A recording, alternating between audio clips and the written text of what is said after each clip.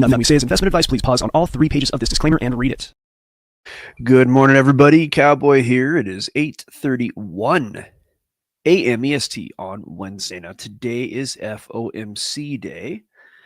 So there was a little bit of data that just came out, and that was just a couple of minutes ago. Let me fix the screen. It's frozen screen. Gotta fix that. Give me 1 second. Restart the capture. Good to go. Let me see today. Excuse the allergies, by the way. I got seasonal allergies. It's kind of brutal. So it was unemployment claims that came out, and it was within line. So it was a nothing burger. So the data that was coming out this morning, and it just came out a minute ago, was unemployment claims. Doesn't seem to have moved the market much. We can jump into that in a minute, but in fact, we'll just take a look quickly. Usually these things affect the forex market a little more so than elsewhere. Looks like one of my short-term euro predictions played out nicely. Yeah, after Sunday, I readjusted on Monday, and that went just as planned. That's great. Let's take a look at the low time frame for the data release this morning and see if we got any play on it. Yeah, not really. Nothing much happened here. Okay, so the expectation was met. And usually when these predictions meet the expectations, you don't get much in the market. So let's take a look at what might happen with the FOMC.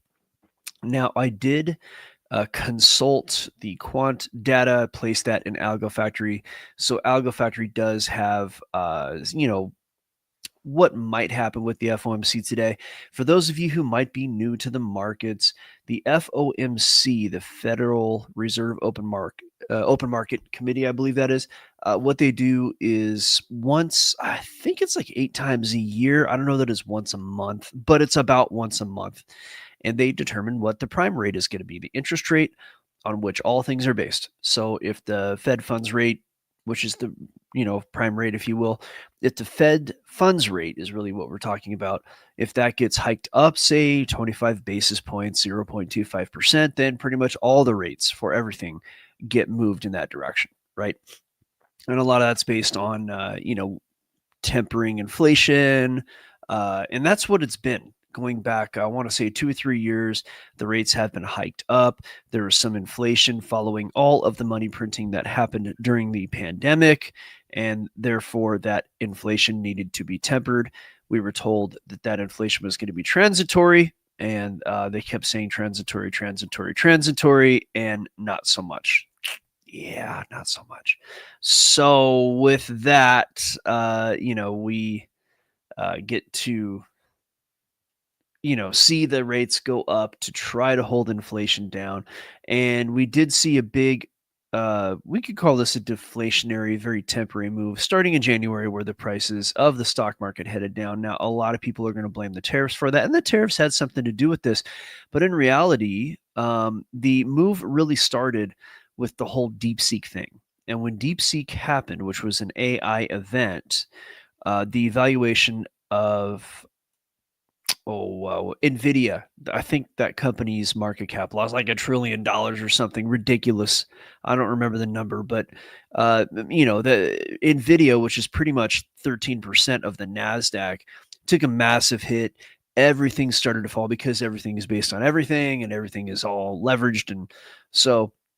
And then, of course, we had the tariff tantrum, and the markets dropped, and then the markets came back up after the tariffs were more or less kind of figured out and softened and taken back. And not that the tariffs are all gone, but negotiations were held, and people came to the table, and other things were reversed. Policies were reversed very quickly, and the markets are back up almost to their all-time highs. Right. So you had, this is again the NASDAQ price heading up, and the all-time high was in December.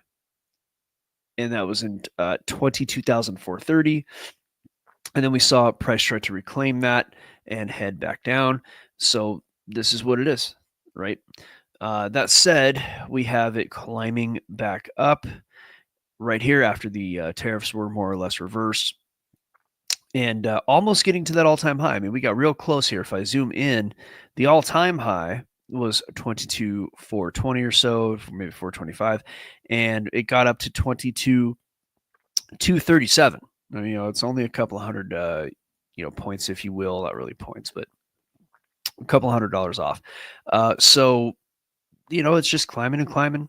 And this, though, I will say that this kind of pattern, if you will, this does indicate a slowdown and a possible rejection. If I were just looking at price action, and if this were not the NASDAQ, honestly, if it, because the NASDAQ, what they do is they hold that up. This is pretty much what a lot of retirement accounts are based on. And but usually with most things that are allowed to move naturally, when I see price heading up in this kind of strong way, and then you see it kind of slow down just like this, when you see that, you tend to expect a move down. Right now, I'm not saying it's going to happen here. And the NASDAQ is a tricky beast. Like I just said, it's held up by a lot of forces. So a lot of times you're not going to see it act naturally. But if it did, it would want to bump its head where it pretty much kind of is right now.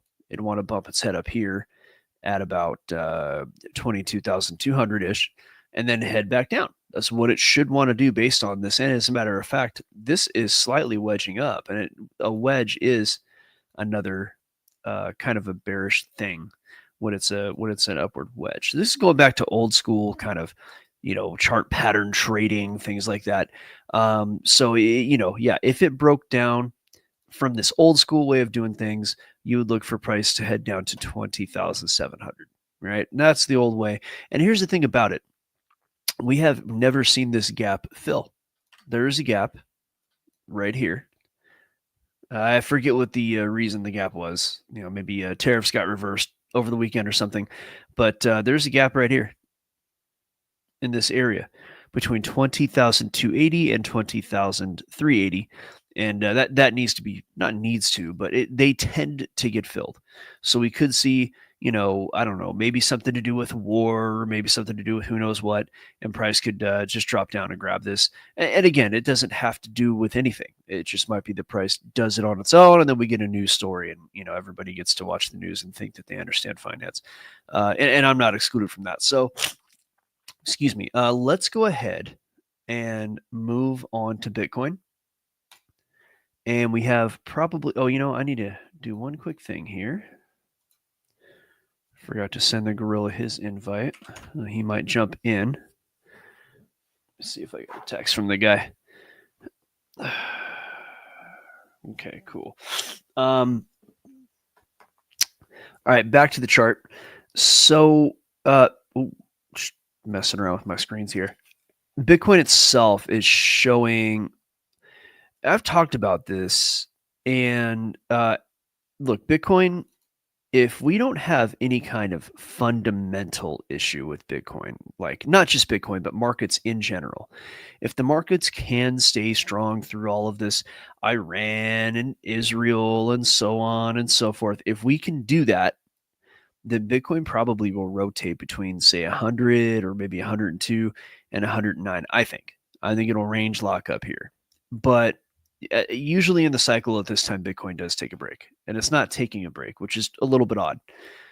So just going to have to watch that and beware, right? Now, looking at the algos, if I were just to look at the algos, yeah, I would expect a couple of different scenarios. And I've talked about this publicly, so we might see that rotation. Let me zoom out here. This is a daily chart, right? So there are a couple of scenarios. Really, there's like three. And one of them is that if nothing were to change and the markets remain strong, the Bitcoin might rotate and eventually make its way up. Bitcoin also could come down to grab liquidity, and it might go to the low 90s or maybe the high 80s. It may or may not. We don't know about that. But normally at this time of year, you do get a slowdown where Bitcoin kind of makes a bit of a bottom and then heads up. Or of course, Bitcoin's Bitcoin. You could just all of a sudden, boom, head up and, just go kill everything. It's just what it does. I have cycle high targets of, I'd say 125 to 145. And again, that's if there's no, fundamental push that causes Bitcoin to go to the stratosphere. And, I mean, as much as I would like to see such a fundamental push, and I would love to see Bitcoin go to the stratosphere and, super cycle and all the stuff that the Moon Boys talk about, I don't have the luxury of relying on that kind of information. So what I do, and I'll say this publicly, I like to hold and not sell crypto over time, except for a small amount that I would break off and trade. And for most people, time in the market is better than timing the market. But the other end of that is that if you never take profit, you're not making any money. So you got to make your own decision and do your own research on that. And I like to sell things when they are, excuse me, high. So the question is this high or is it going to go higher? Well, by the algos, it should go higher. But we have a lot of weird stuff going on in the world right now. So I'd say, be careful. If you're worried about World War III, you got to take whatever actions you think are takeable. So we have FOMC coming. I may end up doing a live FOMC show later today. That's going to be 2 p.m. EST, I believe, when the rates get released. And that being the case, I may go ahead and just go live and cover that and see how that acts in the charts. For now, it appears that the charts are pretty slow. Again, the data that came out this morning was more or less of a nothing burger. To look quickly at the forex markets, yeah, things are just kind of range bound and not a lot going on. So that said, I'm going to go ahead, move over to the private live lab. Don't forget to get your free algo. Link is in the description. We'll send you, updates as to like email, hey, our weekly update is out, and stuff like that. And that way you can keep abreast of what's going on, so on and so forth. In the meantime, thank you all for watching. Come join us mañana. We'll be on at 8:30 a.m. EST as we are Tuesday through Thursday. And in the meantime, just do yourself a favor. Never, ever forget. Join us or die. Just kidding. You're not going to die. Alan Rickman is just having a laugh and not at your expense. See you all probably later today at about, I don't know, maybe 10 minutes or 20 minutes before the FOMC. Thanks for watching.